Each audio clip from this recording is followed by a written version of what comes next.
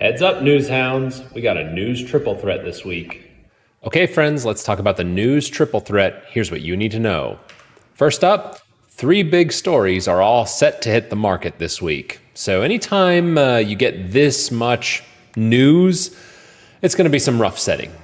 It's going to be a bumpy ride. So first, let's look at the market. Let's look at our setup going into the news triple threat.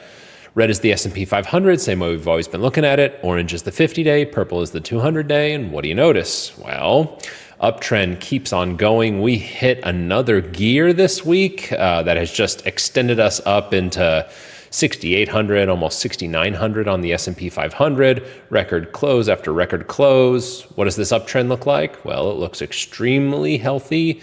It looks almost fearsome because no test on the 50-day, no test on the 200-day. This has been a lockout rally, has been for some time now, and just continues to be that. Almost got on that trade war 2.0 that we talked about 2 weeks ago.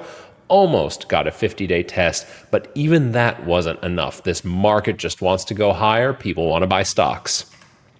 But let's talk about those 3 big news stories that are happening this week. First up, and you probably already know this story, Jay Powell in the Federal Reserve.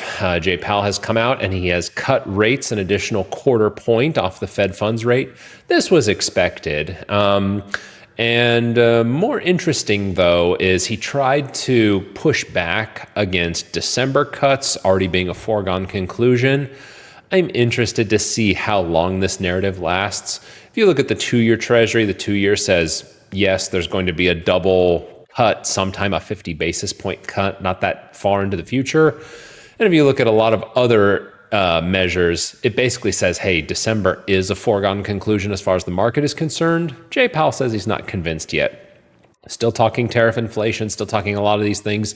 We'll see if any of it materializes, because if it was going to show up, it would show up right now. I think one of the biggest challenges here, though, is we're running out of economic data. You know, we've got third-party data, but the official government statistics, because of the shutdown, really aren't being put out with the regularity that we're used to. So we're flying a little bit blind here. But the Federal Reserve gave a cut, 1/4 point cut. There was some dissent. Some wanted a 50 basis point cut. There was one dissent. One wanted no cuts. I think that's a pretty fair read of where we are right now. So that's one news story. The Fed cut and tried to stay honest about December, but I think December is a foregone conclusion at this point. Second news story, 20% of the S&P 500 reports earnings this week. All the big boys, Microsoft, Google, Meta, Caterpillar, ServiceNow, Verizon, and then a whole bunch of smaller players here. But this is 20% of the S&P 500, something like 30% of the NASDAQ reports this week. So this is a big, full, packed week for earnings reports. And if you look, Microsoft's earnings report was okay. Google was a standout and a star. Their first quarter over $100 billion in revenue. Meta was a weird one. They were supposed to make $6.72. They only made $1. And the reason for that is they're saying there's a $15 billion one-time extraordinary non-cash tax payment.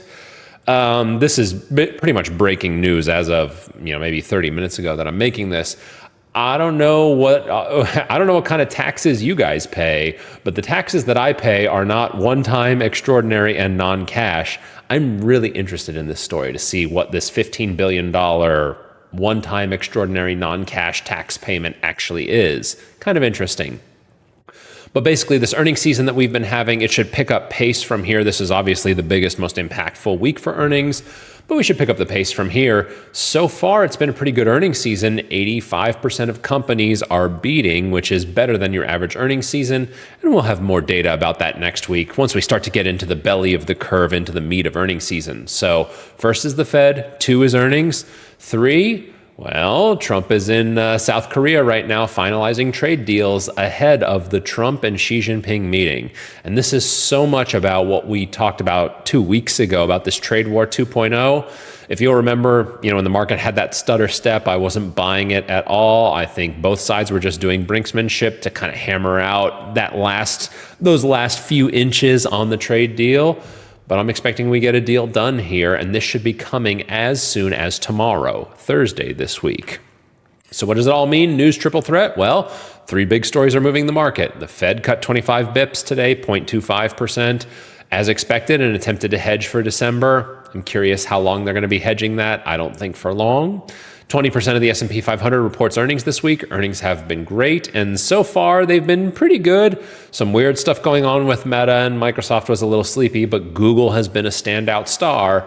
And then finally, the capstone, Trump-Xi summit, the final Chinese trade deal that we've been dreaming of since Liberation Day, should be coming as soon as Thursday. So there you go. Three big stories. It can cause a little bit of rough sledding, but I'll see you next week for the news review, and let's see if we can digest the news triple threat from this week. Take care. Okay, friends, that was the video. Hope you liked it. If you found it informative, good, entertaining, I'd love if you could scroll down here beneath the video and give me a like there. It helps us out with the algorithm. And then if you want to be notified first of anything new that we upload to the channel, if you come over here, click subscribe, you'll be the first to know as soon as we upload anything. Appreciate it. See you soon.